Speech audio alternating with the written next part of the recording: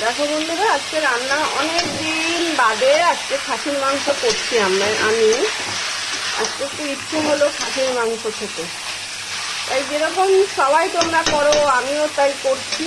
কি দিয়েছি, একটু গোটা গরম মশলা ফোড়ন দিয়েছি, একটু তেজপাতা দিয়েছি, আর এই যে আলুটা ভেজে রেখে দিয়েছি একটু নুন দিয়ে। আর এদিকে মাংসটা এখন আমি কষাবো ভালোভাবে। মাংসটা আদা রসুন একটু পেঁয়াজ ভেজে দিলাম, আর টমেটো দিয়ে দিয়েছি, আর এমনি লঙ্কা জিরে সব মশলাই মোটামুটি দেওয়া আছে। তবে আমি আর একটু পরে যখন কষানো প্রায় হয়ে আসবে তখন একটুখানি টক দই দেবো। ঠিক আছে, রাখছি বন্ধুরা, দেখতে থাকো।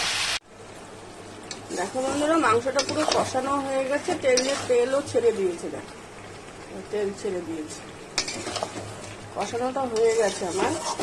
একটু গরম জল করে প্রেসার কুকারে সিটি দিয়ে দেবো। এটার মধ্যে সব মশলাই দিয়ে দিয়েছি, একটু গরম মশলা দেবো। কুকারে দিয়ে দিয়েছি, এবার ঢাকনাটা বন্ধ করে দিয়ে 3টে সিটি দেবো আমি। একদম গরম জল দিয়ে দিয়েছি মাংসটার ভেতরে। দেখো মোটামুটি একটা আন্দাজ মতো গরম জল করে দিয়ে দিয়েছি। এবার 3টে সিটি দেবো একদম। ঠিক আছে, রাখি বন্ধুরা, টাটা, সবাই দেখতে থাকো।